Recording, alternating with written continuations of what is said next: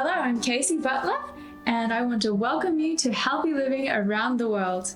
I'm recording on site in Porto at a youth conference, and with me is Marika Pettersen. Welcome, Marika, to the program. Thank you so much. It's lovely to be here. Yeah, that's good. It's lovely to meet you here. Look, this program is about health and healthy living. Can you tell us a little bit, first of all, where you're from and what you're doing now? Yes, I'm from Norway, so northern part of Europe.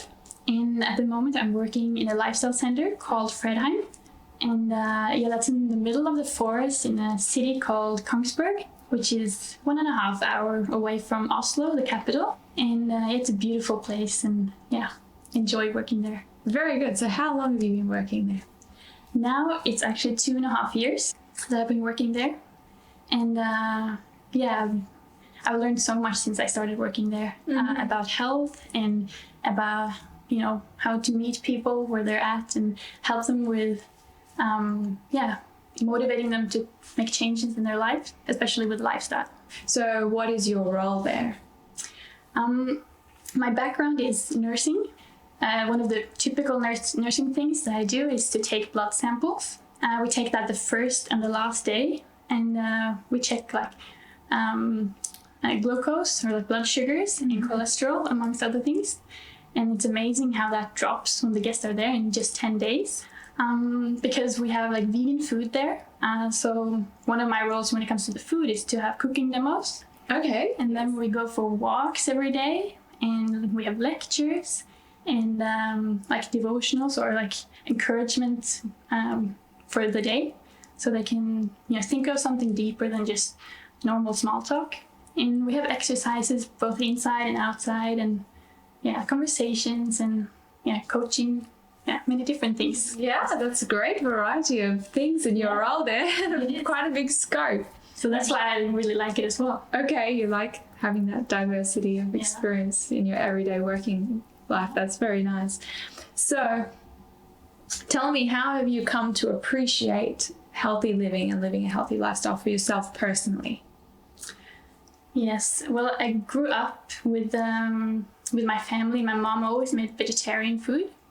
So she was very aware of us kids being healthy.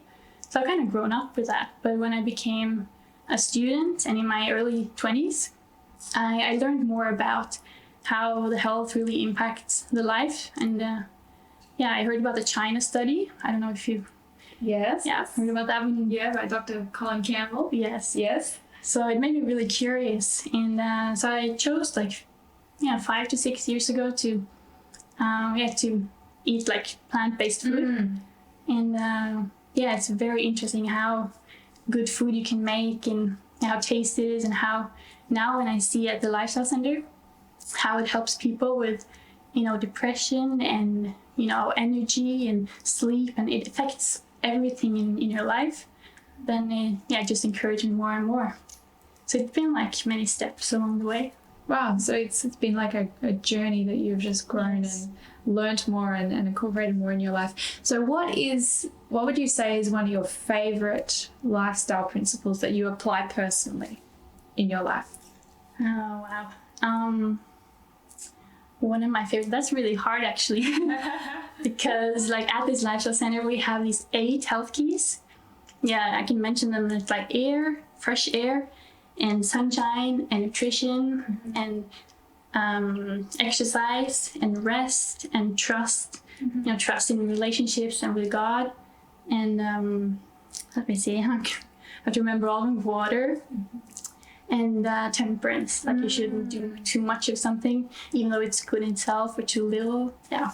So if I'm gonna choose one of them, or is there any one of those that really you've found has impacted your life and experience? I think it must be nutrition, actually. Yeah? Yeah, I think that's the one I'm most passionate about. But they're all important. Yeah, especially nutrition. Especially nutrition, yeah. Well, from what you were explaining before about how when people come to the center and they go on the diet there and they have all their cholesterol levels drop, that shows some of the power of changing your diet and the effect that has in people's lives. So you're working with that all the time by the sounds of things. And I've had, this guest coming and telling me that he changed his lifestyle to a plant-based diet, and he had angina, and he recovered from that. It went away.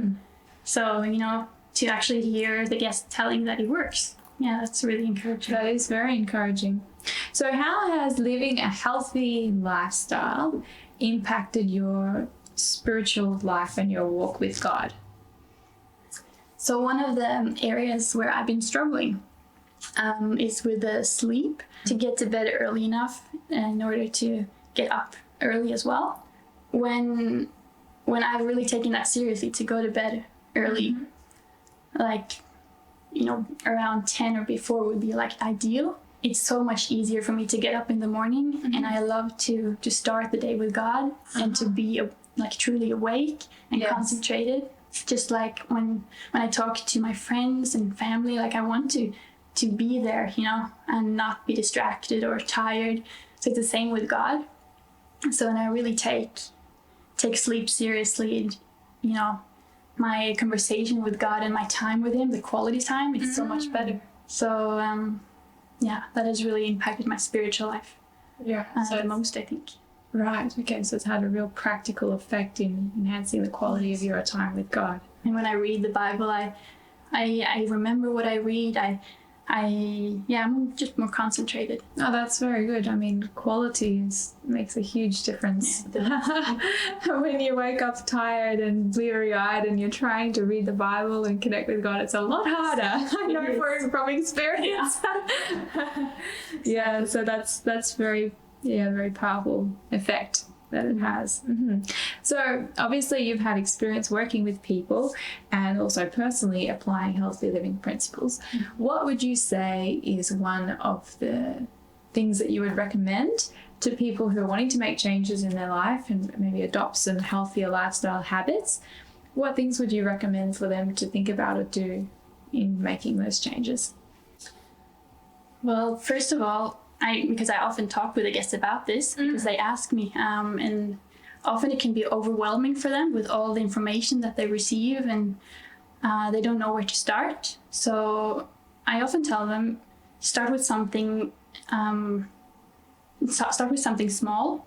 If you want to replace something, if that's your goal, then you need to add something else. If they want to quit smoking, they need to maybe replace that with something like a smoothie, or go for a walk instead of just taking something away. Replace it with something that they like.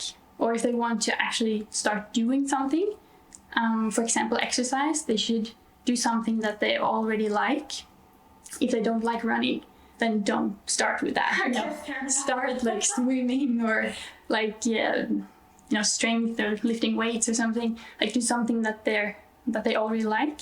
And if it comes to the diet, because it can be overwhelming for people if they, Norwegians, they eat a lot of meat and they have a little bit of vegetable on their plate. So the food they receive at Fredheim is very different. A lot of salad, and then they get the kind of warm meal after the salad. So they're already kind of full.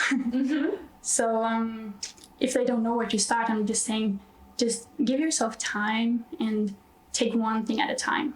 Because if you're going to change the whole diet in 1 week, some people can manage, but very few. Because, just give it time. And I share that in my personal experience, going from vegetarian to vegan, I spent a whole year, really? Just taking it step by step. And I often this is too hard. And I went back to cheese and milk and all of this. So I'm just honest with them, saying, give yourself time and be kind to yourself and just do one thing at a time.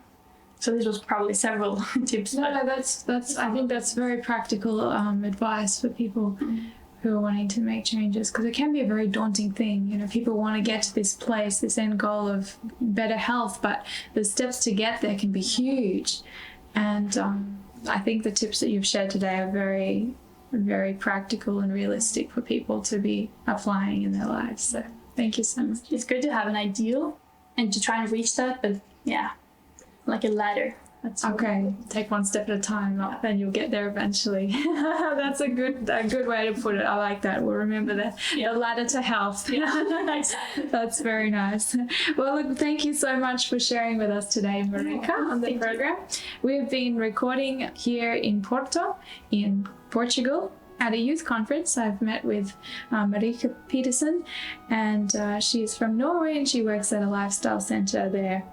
Thank you for tuning in to Healthy Living Around the World. I'm your host, Kaysie Butler, and until next time, may God richly bless you. Bye for now.